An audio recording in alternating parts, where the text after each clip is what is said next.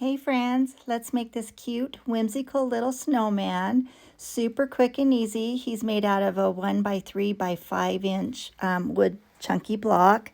I get these in a big package on Amazon and I love them. I've been using these for all kinds of holidays and seasonal and just different themed craft projects. They're great. So I'm beginning by painting most of it. I'm not worrying about the top because the hat will go over it, but probably at least 2/3 of it in vintage white acrylic paint by Folk Art. And I give this a good dry, and then I paint that bottom part, and I kind of give a little bit of a second coat as well, and it's dry now. So I've got this buffalo check fabric, and I'm just measuring how wide I need to cut it to wrap clear around his head. This is going to be a really cute hat for him, a winter hat. And I was just showing you the frayed edge there that I wanted to leave on there. It was really nice. And I realized I needed to cut it a little bit more, and I even could have cut it maybe 2 squares off instead of just the 1 square off, but it still looks really cute. And I wanted to bring that a little, at least halfway down, and so I'm going to glue that all the way around. I was just about out of glue stick there, but I wasn't quite ready to put it in there. So I'm just gluing it on really, really well and making sure it's straight, especially in front. And glue up that part. And I'm making sure it's adhered in the front as well. And I'm just gathering it. And this is my chenille yarn that I get at Hobby Lobby. It's big and chunky. And I actually coffee stained this, so it's off-white. It's just stained with coffee that I did not too long ago, and I'm just gluing that all the way around the edge of the buffalo check flannel. And I like the vintage look of it, just the dirtied up look a little bit. Just gluing that till the ends meet up, in the back of course. Cute, cute, cute. I glue strings all over the place. So now I'm going to gather it and tie it in the center. I first thought I had it too little of a piece of twine, but I made it work. So I just tie it in a knot, and then I'm just kind of, before I tie it in a double knot, I'm making sure the front is cinched the way I want it to be cinched. And then I'm just tying it in a tight knot, and I will work with that a little bit more in a bit. So now I want to do is rosy cheeks, and I have this pale pink paint, and I wanted it a little bit darker than that, so I'm just adding just a dot of true burgundy. And I actually probably got it a little too dark, but it was just a nice mauve, rich mauve once I mixed those two up. And it was a little bit dark, like I was saying, but after it's completely dry, I do sand it lightly, and it takes a lot of that darkness, that stark dark color off. But I'm just getting those 2 circles, and it wasn't quite getting the middle, so then I just grab a regular paintbrush and just fill in those middles.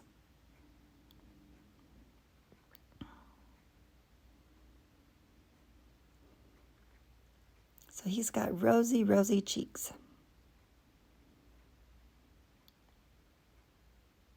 So I've got a bag of all different kinds of shapes and sizes of wood noses, carrot noses, that I got at Wholesale Decor and More. And I got way too much orange paint on. This is Pueblo color by Folk Art. It's just a real vintagey, rustic kind of an orange, and I'm just painting the top of his nose. And I will give that a dry, of course.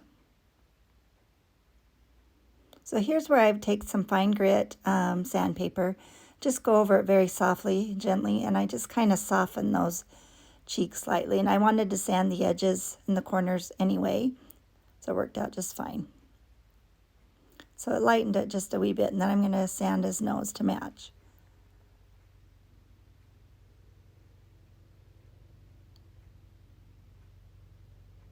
Just trying to decide what angle I want his nose at. And before I do that, I wanted to distress the edges and the bottom a little bit.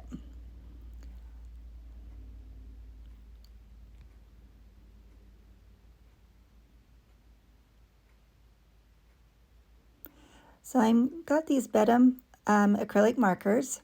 They're dual tip, and I'm using the fine tip and just adding some a line of white accent on top of his cheeks, just where it's catching the light. So I'm going to glue that right in the middle, kind of at an angle downward a little bit.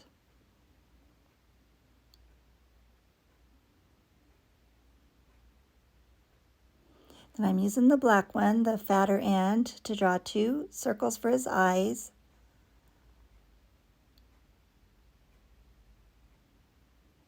I'm going to use the finer tip for a squiggly mouth.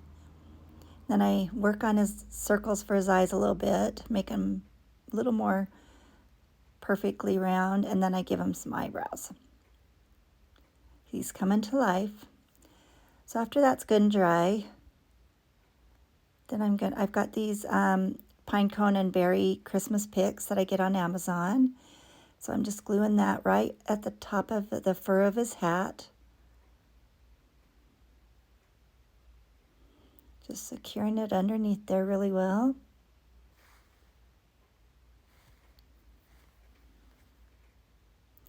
And I've got these 2 little jingle bells. Love these. So I'm just going to glue them together by that berries and pinecone pick. Just dressing this snowman up really well for winter and Christmas.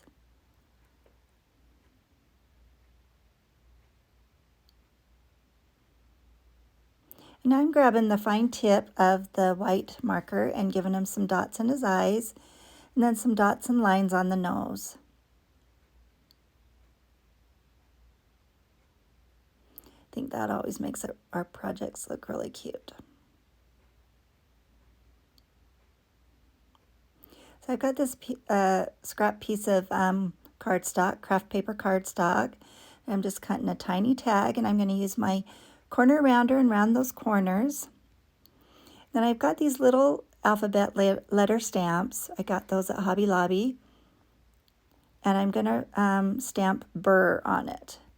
And so I get it all done and realized it was not at the angle it needed to be because I'm putting the tag on the left side of his hat and bow, that I realized it wasn't going to lay the right way. The word would be upside down. So in a second here, after I get it all done and looking really cute, then that's when I realized, that's going to be wrong. Because I knew I wanted to hang it. Well, we'll get there. See, this is where I'm realizing, oh shoot. So I turn it over, and then I do burr again, but going up and down. So I just do 2 R's and a B, burr. And then I distress the edges with the ink just lightly, just to define those edges. Then I put a tiny piece of twine in the hole.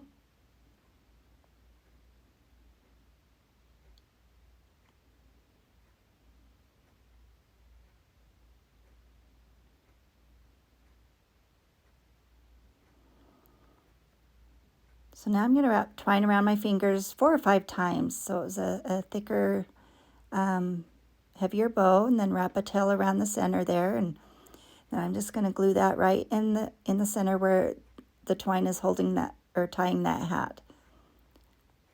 And after it's kind of set, then I start adjusting and moving the loops where I want them to be and stay. Spread those tails out, and I'll trim those up a little bit.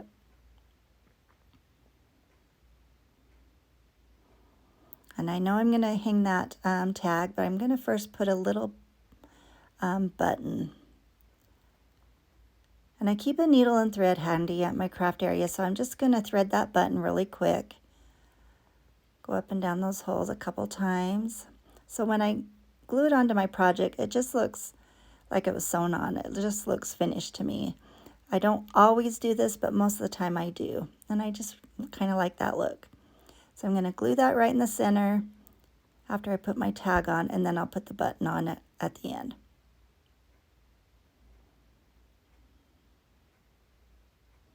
And I think he turned out so, so cute. I hope you do too. I love him. He's cute, and I hope this inspires you to make something similar. Really appreciate you watching, and you have a whimsical day.